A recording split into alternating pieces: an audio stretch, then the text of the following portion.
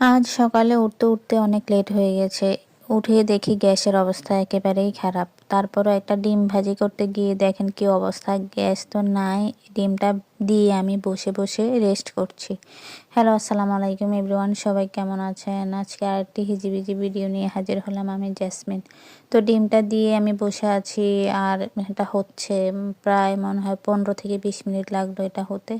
তো যাই হোক, এরপরে আমার দুপুরের পরে গ্যাস আসলো, তাড়াতাড়ি রান্নাটা বসিয়ে দিলাম। আবার সন্ধ্যার পরে গ্যাস চলে যায়, তাই ভাবলাম আজকে আর রেস্ট করার দরকার নেই। মানে বিকালে আজকে বাচ্চাদেরকে নিয়ে একটু রেস্টও করে নিই। ভাবলাম আগে রান্নাগুলো করে নিই, সব গুছানোই ছিল। তো গ্যাস আসার সাথে সাথে রান্নাটা বসিয়ে দিলাম, কারণ সন্ধ্যার পরে আবার গ্যাস চলে যাবে। এরপর আস্তে আস্তে রাত 10টা থেকে 11টার মধ্যে আবার আসবে। তো যাই হোক, এভাবে আমাদের মানে শীতকালে জীবনটা আমাদের এভাবে যায়। আর গরমকালেও এদিকে একটু সমস্যা করে, আবার শীতকালে অনেক বেশি। তো বারান্দায় আমার সিলিন্ডার গ্যাস রাখা আছে, বাট এই শীতের মধ্যে ইচ্ছে করছে না বারান্দায় গিয়ে রান্না করতে। তো আমার রান্নাটা হয়ে আসছে, সব শেষে একটু টমেটো দিয়ে দিলাম, কাঁচামরিচ দিয়ে দিলাম। তো রান্নাটা শেষ। তারপর একটু চা বসালাম। তো চা বসাতে বসাতে দেখি আবার গ্যাসটা চলে গেল।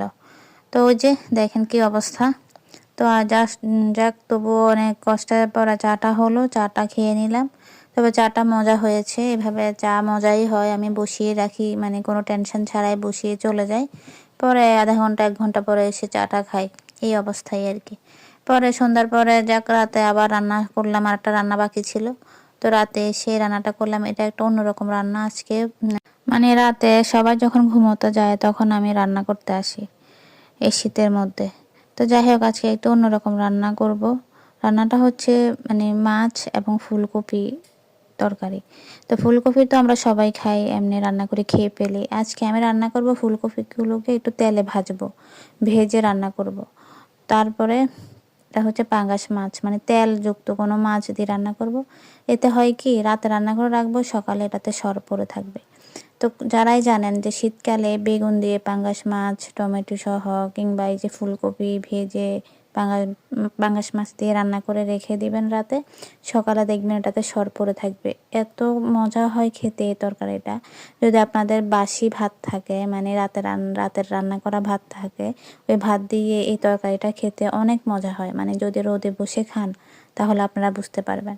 তো যাই হোক, আমি ওই যে তরকারিটা বসিয়ে দিয়েছি, ওইদিকে ফুলকপিগুলো ভেজে নিয়েছি, দেখতেই পাচ্ছেন আপনারা।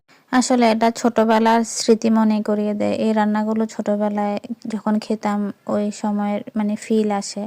আর এই রান্নাটা আপনি এমনিও করতে পারেন, এটা এমনি রান্না করলে অনেক মজা হয়। আর আমি সাথে তো মাছ দিয়েছি, তাই আরও বেশি মজা হয়েছে।